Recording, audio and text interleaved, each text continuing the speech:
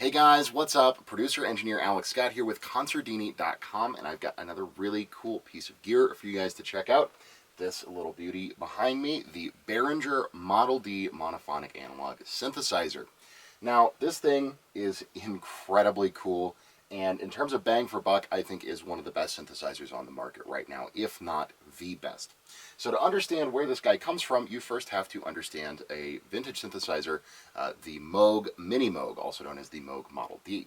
The MiniMoog was introduced in 1970 as a response to the fact that while there were a number of synthesizers available on the market at the time, they were really complicated. They were modular in nature, so you had to patch all of the oscillators and filters and all that good stuff together in order to make a usable sound. You really had to understand, again, patching and all this really complicated stuff in order to even get it to work. So it was not very approachable for a lot of musicians or keyboard players or anything like that without a background in synthesis and almost electrical engineering. You really had to know what you were doing in order to work with synths in their earliest incarnations. So in 1970, Robert Moog, the founder of Moog Music, designed the MiniMoog, which was one of the very first portable, easy-to-use synths that was designed for pretty much any musician with a basic understanding of the components to be able to pick it up, create a patch, and get it to make a sound pretty quickly. Obviously, this was a really popular idea that took off in a huge way. A lot of artists used the MiniMoog in a lot of different capacities.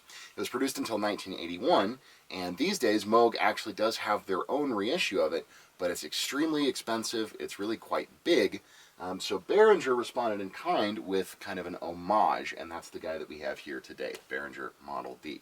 It is pretty much a part-for-part clone. There's a few minor differences from the original MiniMoog circuit, but what you really need to know is that it sounds fabulous. It has everything you would expect, 3 different oscillator banks, filters, noise generator, LFO, all that great stuff.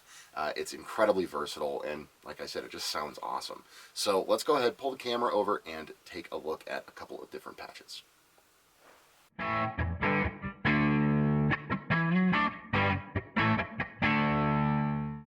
Okay guys, so here we have our Model D. The first thing I've got pulled up is just a really simple, kind of a hip-hop lead patch.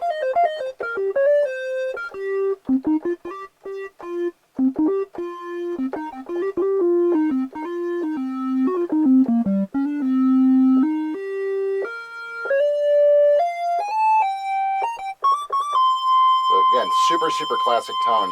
And you have, like I said, these 3 different oscillators. They're all independently tunable. And you have different options for octaves. So if we just isolate our first oscillator here, you can set up which range, kind of like almost drawbars on an organ. Bring in your second oscillator, select different range, third oscillator.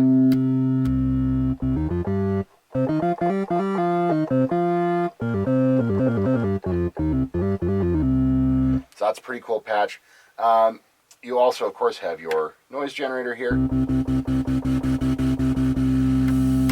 Switchable between white and pink.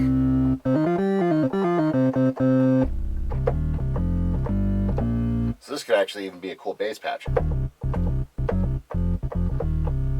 Yeah. Add some grit to it by selecting different waveforms.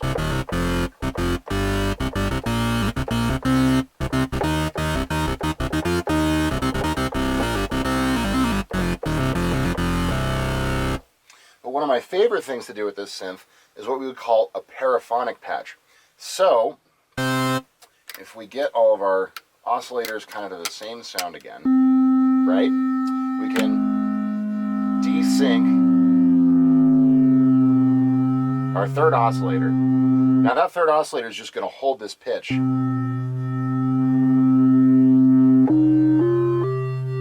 matter what we do. Then we can take our second oscillator.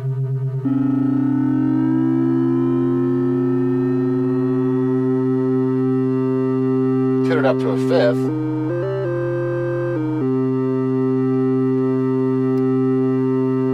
Maybe slow down our attack a little bit. Roll off our filter.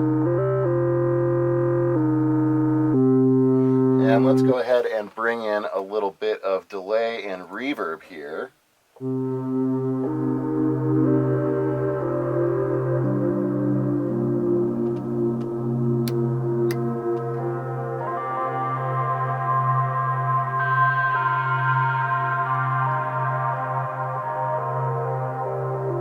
And you can hear that third oscillator just droning away in the background. And you can get this really nice paraphonic ambient patch. I use this sound all the time.